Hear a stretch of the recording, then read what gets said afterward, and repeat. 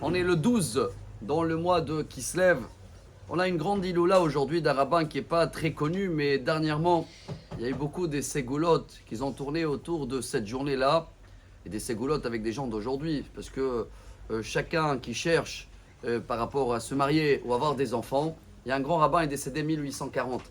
Il s'appelait Rabbi Avraham Dov Me Avrich. Ça vous dit rien? Il a écrit un livre qui s'appelle Bat Ain.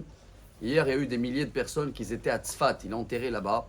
Quand je dis qu'il n'est pas très connu, c'est un rabbin chassidique dans l'époque de Rabbi Levi Tzrak de Barditchov, le Maguid Midouvna. Et il a vécu en Ukraine. À la fin, il était à Tzfat.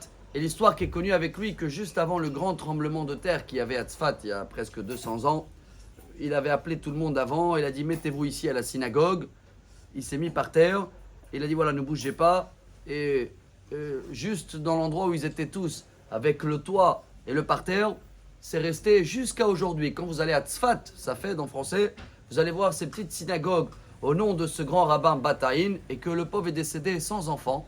Mais il avait un niveau, et voilà le message pour nous, un niveau de hitbatlout en français, tellement il s'annulait vis-à-vis de Dieu, vis-à-vis des gens, qu'il a dit que chacun qui va essayer un petit peu de travailler, surtout aujourd'hui, de s'annuler un peu plus, eh ben, Muftach lo anhagan isit, en hébreu. Il va avoir un comportement de miracle. Il va avoir que des miracles autour de lui. D'où il tire tout ça, Rabotai? Dans la paracha, Yaakov, avant d'arriver au rendez-vous avec Esav, il dit, Dieu, katonti mikol hasadim ou mikol haemet. Je mérite rien. À peine ki bemakli avarti et ayarden. À peine tu m'as aidé, j'avais que une canne quand je suis sorti, sans rien. Et maintenant, grâce à Dieu, j'ai beaucoup de choses. Hier, on a raconté le Midrash, en nom de Rabbi Levi. Ceux-là qui aiment les animaux, hier, on a parlé d'éléphants. Aujourd'hui, on va passer au lion. Une fois, le lion, il s'est mis en colère. Tous les animaux, ils étaient mchawef, ils avaient peur. Et ils ne savaient pas comment le calmer. Alors, le renard, il a dit, je connais 300 histoires, je vais l'endormir. Ils ont dit, ok. Ils sont partis avec, c'est le Midrash, ça remonte 2000 ans en arrière.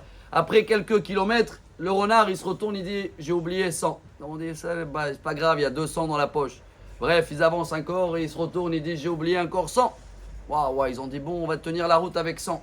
Et dès qu'il est arrivé devant le lion, il s'est retourné, le renard, il a dit, j'ai tout oublié. Alors les animaux, ils ont dit, bon, on va se débrouiller tout seul. Le Midrash, il dit, Rabbi Levi, c'est pareil avec Yaakov, et regardez ce message.